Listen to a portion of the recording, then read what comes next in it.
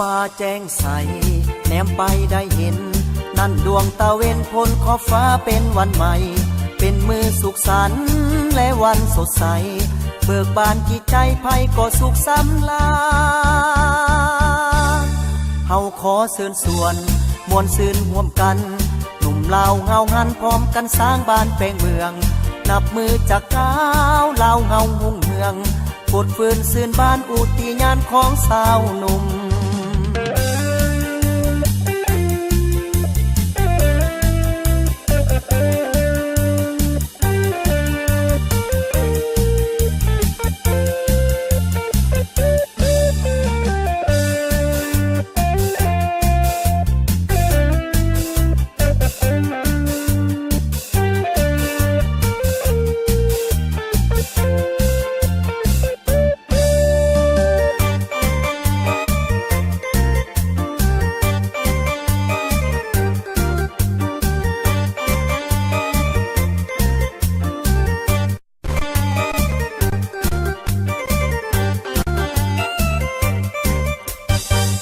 ศักดิ์ศรี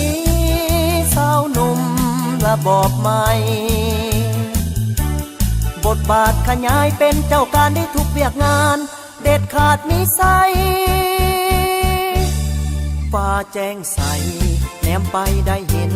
นั่นดวงตะเวนพ้นขอบฟ้าเป็นวันใหม่เป็นมือสุขสันต์และวันสดใสเบิกบานจิตใจภัยก็สุขสำลา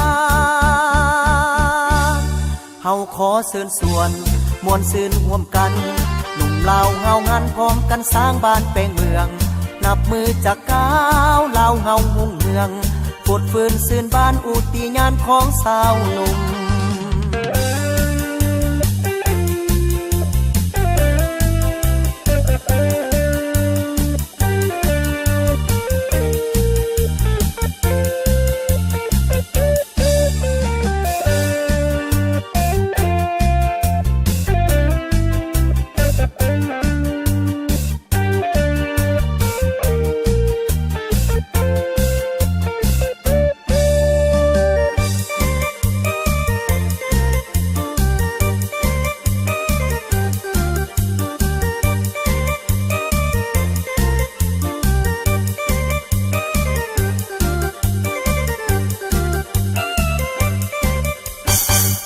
ศักดิ์ศรี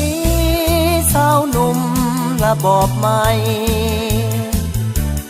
บทบาทขยายเป็นเจ้าการได้ทุกเวียกงานเด็ดขาดมิใส